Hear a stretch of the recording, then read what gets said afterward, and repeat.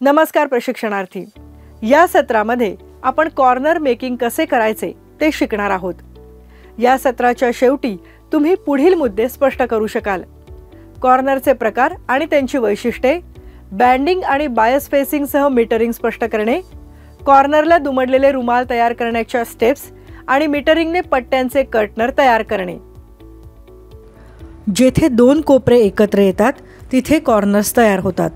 गोधड्या, napkins, table cloth, उशांचे अभ्रे अशा आयताकृती आणि चौकोनी वस्तूंवर सहसा कॉर्नर्स असलेले तुम्हाला दिसतील।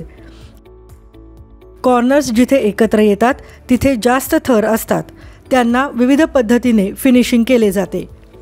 ओव्हरलॅपिंग कॉर्नर्स हे थोडेसे बल्की म्हणजे किंचित जड असतात, त्यामुळे ते napkins, table cloth, bed covers अशा वजनाने हलक्या असलेल्या फॅब्रिकमध्ये वापरले जातात। तसेच पुढे पूर्ण खुल्या असलेल्या ड्रेसेसच्या हेमवरही ते वापरतात। ओव्हरलॅपिंग कॉर्नर्समधील काही वैविध्य पाहूया। जेव्हा दोन कोपऱ्यांवरील म्हणजेच लांबी आणि रुंदीच्या दृष्टीने हेमवर समान आकाराची दुमड असते तेव्हा आपल्याला चौकोनी कॉर्नर मिळतात। अस्तरावरील आयताकृती तुकडा कापून जड फॅब्रिकच्या कॉर्नरवरील घोळ किंवा जडपणा कमी केला जाऊ शकतो। जर एका बाजूच्या हेमची रुंदी दुसऱ्या बाजूपेक्षा जास्त असली तर फिनिशिंग केलेल्या कॉर्नरमुळे एक छोटा आयताकृती आकार तयार होतो। कॉर्नरवर कर्णरेषांच्या म्हणजे तिरप्या सरळ रेषांच्या दोन कडा जोडण्याला मीटरिंग असे म्हणतात। ही जोडणी शिवली जाऊ शकते किंवा त्या जागेवर दुमडही घातली जाऊ शकते। फक्त अचूक दुमड घातली तरच तुम्हाला चांगले मीटरिंग मिळण्यास मदत होते। मटेरियलच्या आतील बाजूवर असलेला घोळ किंवा जडपणा कमी करण्यासाठी जॉईंट म्हणजे जोडणी एका कर्णरेषेत कापा म्हणजेच डायगोनली कापा आणि ती खुली करून त्याला दाब द्या। मीटरिंग केलेल्या कॉर्नरमुळे अत्यंत सुबकपणा येतो, जो सहसा हेमवर तसेच लिननच्या कडांवरही आढळतो। जर मीटरिंग करायचे कॉर्नर्स अचूकपणे चिन्हांकित केले असतील आणि एकसमान शिवणाच्या अंतराने कापले असतील तर त्याचे उत्पादन करणे अधिक सोपे जाते। मीटरिंग कॉर्नर्सना दोन्ही बाजूंनी फिनिशिंग केले जाऊ शकते। जेव्हा मीटर केलेले तुकडे कॉर्नरच्या गोलाकार असतात तेव्हा ते बाहेरील कॉर्नर होतात। उदाहरणार्थ टेबल क्लॉथ, उशांचे अभ्रे, बेड कव्हर्स इत्यादीमध्ये वापरले जाते। जर कॉर्नरच्या आतील बाजूस तुकडा असेल तर तो आतील बाजूचा कॉर्नर असतो, म्हणजे नेक लाईनमध्ये जसा वापरला जातो तसा। मीटिंग कॉर्नरमधील विविधता पाहूयात। आपोआप वळलेले कॉर्नर्स प्रामुख्याने कापडाच्या उलट्या बाजूला असतात। मुख्य कापड उलट्या बाजूने वळवले जाते आणि जागेवर दुमडले जाते। या प्रकारच्या कॉर्नर्समुळे नेहमी बाहेरील म्हणजे आउटवर्ड कॉर्नर्सच तयार होतात। बँडिंग बरोबर मीटरिंग केल्याने नेहमी कपड्याचा आकार वाढतो। बॉर्डर म्हणून सजावटीसारखा परिणाम देण्यासाठी याचा वापर केला जातो किंवा लांबी बदलण्यासाठीही याचा वापर केला जातो। उदाहरणार्थ लहान मुलांच्या कपड्यांमध्ये बँडिंगचे फिनिशिंग नेहमी दुहेरी अस्तरांवर केले जाते। मीटरिंग विथ बायस फेसिंग हे प्रामुख्याने चौकोनी किंवा व्ही आकाराच्या नेकलाईनच्या फिनिशिंगसाठी वापरले जाते। येथे फेसिंग हे ताणण्याजोगे असणे आवश्यक असते, त्यामुळे बायस स्ट्रिप किंवा पट्टी वापरतात। लवचिकतेमुळे किंवा ताणले जात असल्यामुळे या कॉर्नरवरील फिनिशिंग एक सपाट स्वरूप प्रदान करतो। बायस पीस हा एकतर रेडीमेड किंवा हलक्या वजनाच्या फॅब्रिकमध्ये आत असलेला असू शकतो। आता कॉर्नर्स कसे तयार करायचे ते पाहूया। तुमच्याजवळ कॉर्नर्स बनवण्यासाठीची खालील सर्व उपकरणे, साधने, साहित्य आहेत ना याची खात्री करून घ्या। Single needed lock stitch machine, कात्री, हाताने शिवण्याची सुई, मोजण्याचा टेप, मशीनची सुई, कॉटन फॅब्रिक व दोरा। सर्वप्रथम हाताने हात रुमालाला शिवण घाला। कापडाला 45 बाय 45 सेंटीमीटरच्या दोन तुकड्यांमध्ये कापा। त्यातील एक हात रुमालासाठी वापरा। कापडाचा आकार आणि त्यात मिलमधील काही दोष किंवा त्रुटी राहिल्या आहेत का ते तपासा। कापडाला चुण्या पाडा व इस्त्री करा।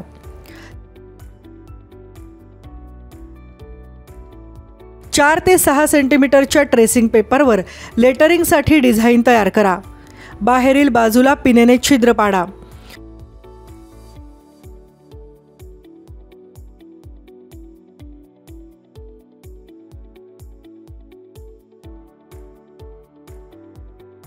फिनिशिंग केल्यावर प्रत्यक्ष माप 40 बाय 40 सेंटीमीटर येईल।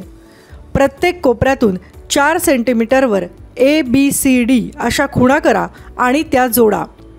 A पासून D पर्यंत दुमड घालून व दाब देऊन एक कर्णरेषा किंवा तिरपी सरळ रेषा तयार करा.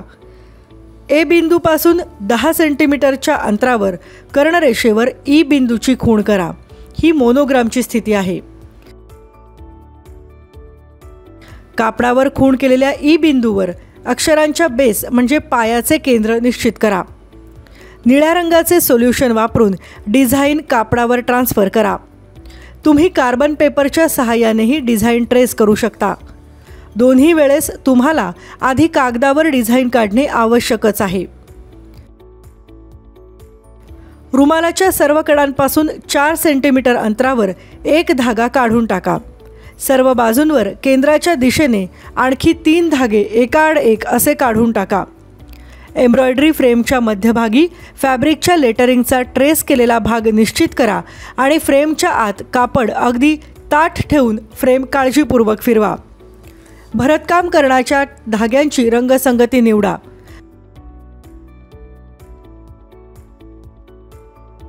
निवडलेल्या टाक्यांसाठी आणि निवडलेल्या रंगीत धाग्यांसाठी खूण केलेले भाग भरून घ्या.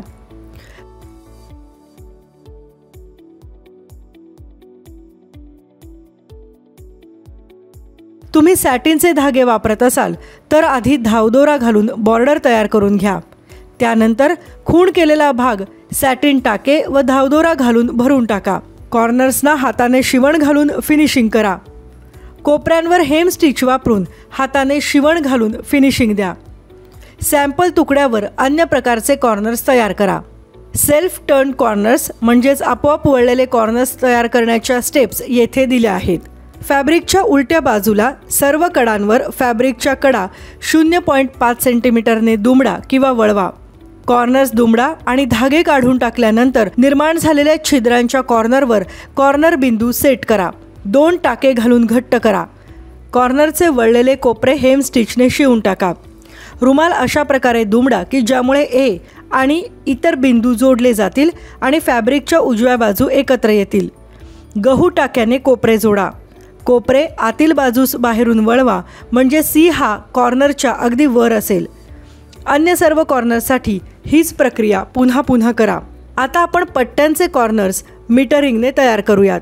उशांच्या आभ्राच्या तुकड्याच्या जास्त मोठ्या बाजूला पट्टी पिनांनी फिक्स किंवा निश्चित करा. त्या बाजूच्या 1/3 अंतरानंतर सुरू करा. पट्टीची दुमडलेली बाजू आतील बाजूस असली पाहिजे. कॉर्नर्स जोडण्यापासून सुरुवात करू नका. पट्ट्यांच्या जोडणीवर म्हणजे जॉईंटवर शिवण घालण्यापासून सुरुवात करू नका.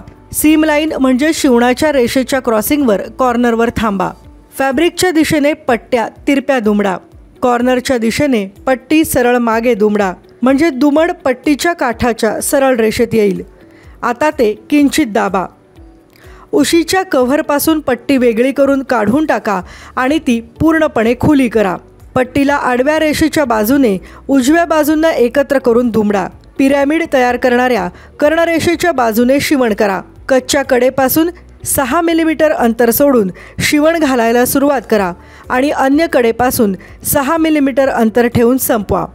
टाके घट्ट करा. प्रत्येक बाजूला 6 मिलीमीटर शिवण अंतर सोडून जास्तीचे कॉर्नर्स कापून टाका. या बिंदूला क्लिप लावा. खुल्या शिवणीतले अंतर दाबून घ्या व मीटरिंग केलेला कोपरा उजवीकडे बाहेरील बाजूस वळवा. आता पुन्हा पट्टी त्याच्या केंद्रावर म्हणजे मध्यावर दुमडा आणि त्यानंतर मीटरिंग केलेला कॉर्नर पट्टीवर दिसू लागेल. उशीच्या आभ्र्याच्या म्हणजे आयच्या उजव्या बाजूला पट्टीला पिन लावा.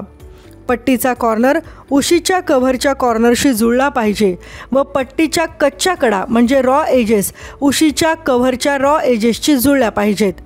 अन्य 3 कॉर्नर्ससाठीही कॉर्नर्स तयार करण्याची हीच प्रक्रिया पुन्हा पुन्हा करा. 4ही कॉर्नर्सना कडांना शिवण घाला. कॉर्नर्सभोवती छोटे टाके घाला. कॉर्नर्सवरील शिवणीतील अंतर कापून टाका. आता आपण टॉप स्टिचची शिवण, कॉर्डेड शिवण आणि सजावटीची म्हणजेच डेकोरेटिव्ह शिवण कशी घालायची या सत्राच्या शेवटी पोहोचलो आहोत.